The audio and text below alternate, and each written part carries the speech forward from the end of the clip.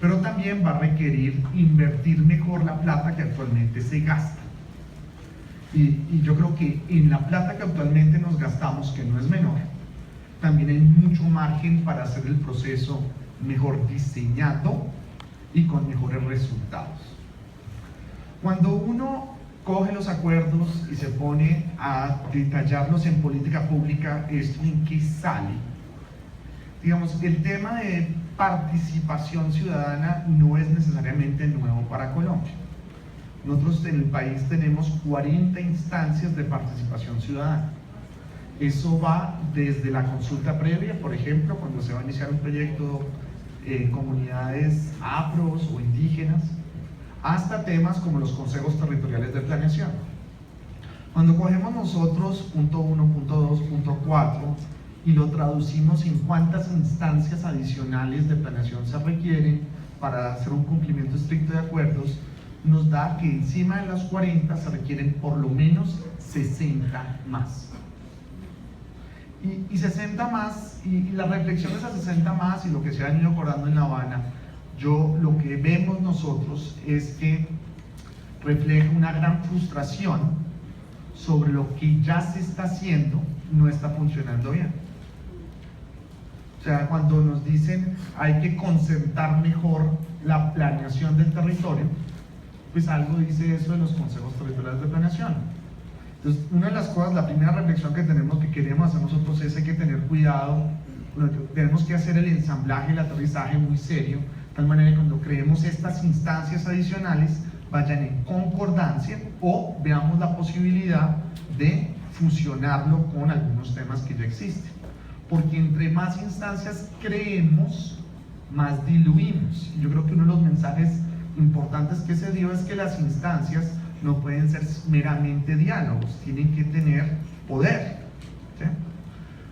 Entonces, como una primera reflexión, me parece muy importante ver el inventario actual de instancias y cómo esto se complementa con las 60 instancias de planeación o digamos, de participación ciudadana que nos van a traer los acuerdos.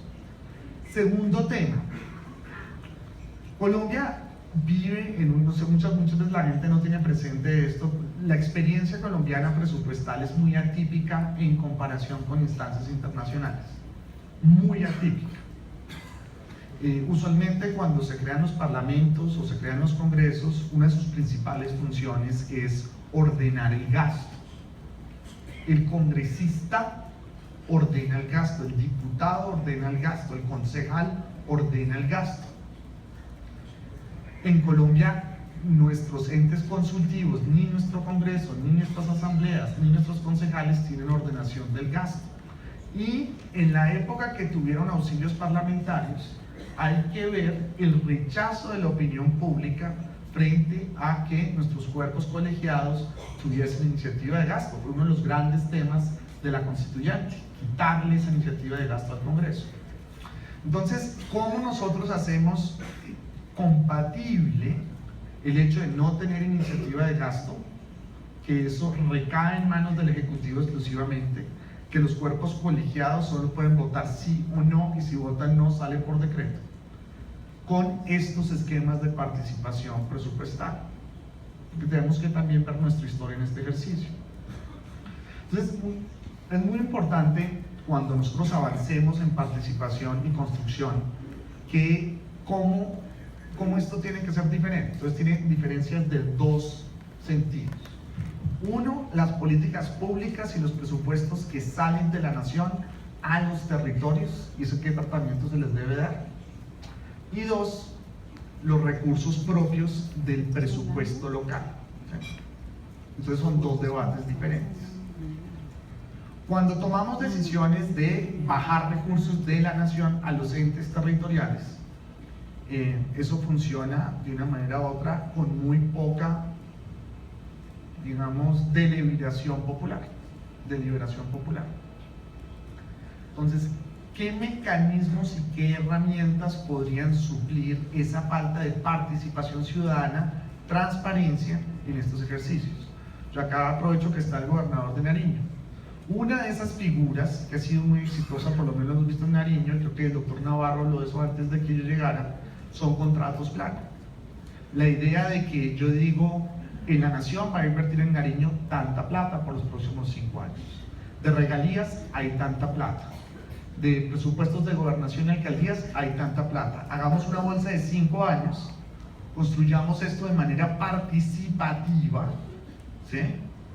Nos comprometemos a hacer concurrencia de fuentes, de tal manera que en vez de hacer varios proyectos chiquitos, hagamos cosas grandes. Y en Nariño, además, con una gran ventaja, se hizo en un enfoque de cierre de brechas, con énfasis en el litoral pacífico y en la frontera del Ecuador, donde las brechas territoriales son superiores a los de la zona andina. Son cosas que uno puede hacer. De una manera u otra, los OCATs, que tienen muchas críticas, pero lo hacen de manera muy importante. Son las 3 instancias tomando decisiones. Entonces la pregunta es, ¿cómo uno vincula la participación de la gente a estos procesos presupuestales? Pues hasta ahora no tenemos formalmente una normativa que nos obligue a eso. Pero además, si toca elegirlos, como se recomendaba, entonces ¿cómo garantizamos? Porque al final del día ese es el trabajo de los consejos. Si uno se va a elecciones para elegir estos miembros, es muy probable que los concejales elijan a esa gente también. Entonces yo como diseño un esquema, porque lo que yo siento es, necesitamos un esquema de participación participativa que escuche voces diferentes a las de los partidos políticos, y que si es meramente elecciones, no necesariamente sale así, no necesariamente así. Al Congreso lo revocaron y volvió a elegirse después de la 90. Entonces eso es como un tema de cómo podríamos hacer esto, con cabildos, con votación, usando tecnologías para hacer esto. 2. ¿Cómo es los recursos propios? ¿Cómo es los recursos propios? En recursos propios, el mecanismo de presupuestación es complejo. Construir un marco fiscal de mediano plazo es complejo, eso no es para todo el mundo. Entonces, el gran ejercicio, creo yo, la estructuración de proyectos es complejo, es difícil. Estructurar un acueducto toma 20 meses. Entonces, ¿yo cómo hago en esta participación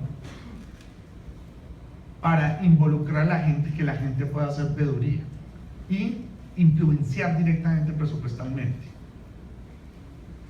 Principalmente en priorización, priorizando. Y para priorizar, y este es un doble punto, no es simplemente yo quiero hacer A, B o Z. Una de las cosas más importantes que tenemos que hacer para luchar contra la corrupción de la plata que baja en nación y de recursos propios, y reconocer que no todo el mundo es un manso cordero, porque cuando tenemos 90% de las licitaciones en vías terciarias con 3 oferentes o menos en el país, territoriales, pues tampoco podemos decir, no, eso es un tema de que los bogotanos, no, es un tema de la gente también. Tenemos ese problema en contratación grande, no es un tema chico. Entonces, ¿qué es lo que tenemos que tratar? Cuando nos sentamos con la gente, franqueza en el marco fiscal, hay tanta plata, y la gente nos va orientando este proyecto, y unos más.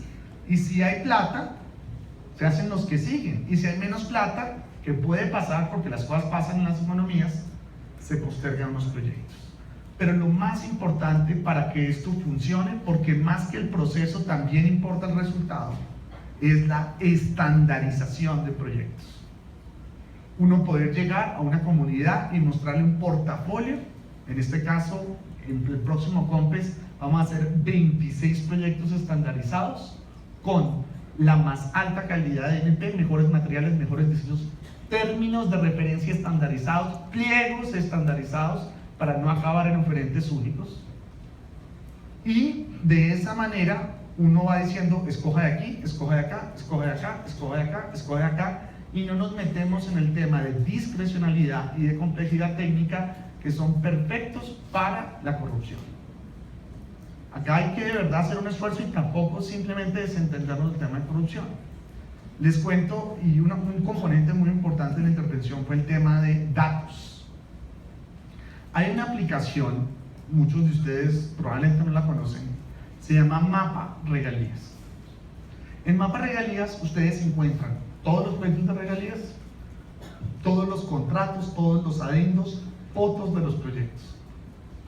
El actual sistema tiene dificultades, pero en el sistema anterior teníamos 8.500 casos de corrupción al año. Este año cerramos con 224 casos de corrupción, que es muy alto, pero es 40 veces menos de lo que teníamos antes. Y parte de eso es cuando uno pone la información y la pone a disposición a la ciudadanía, a los medios.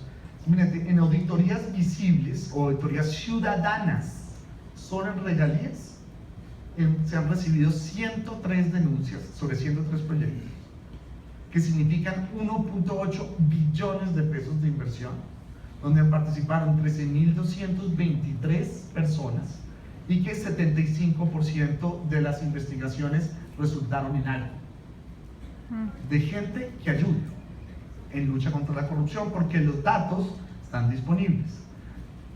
Ahora, en todas estas reformas de paz, hay unas cosas que hacemos por paz y otras cosas que tienen sentido común y están ligadas a paz. La idea es que ese mapa regalías, volverlo mapa de inversiones.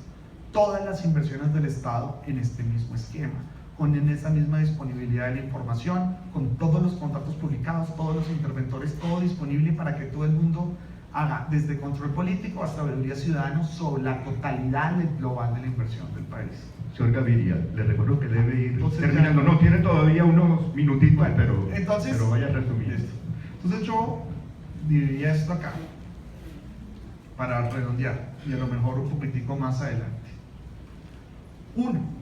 Las nuevas instancias de participación tienen que ir en concordancia y aprender de los 25 años que hemos tenido de leyes de participación, y que de una manera u otra los acuerdos de La Habana probablemente reflejan la frustración frente a lo que está funcionando hoy, y tenemos que tener cuidado en no crear tantas que después queden diluidas.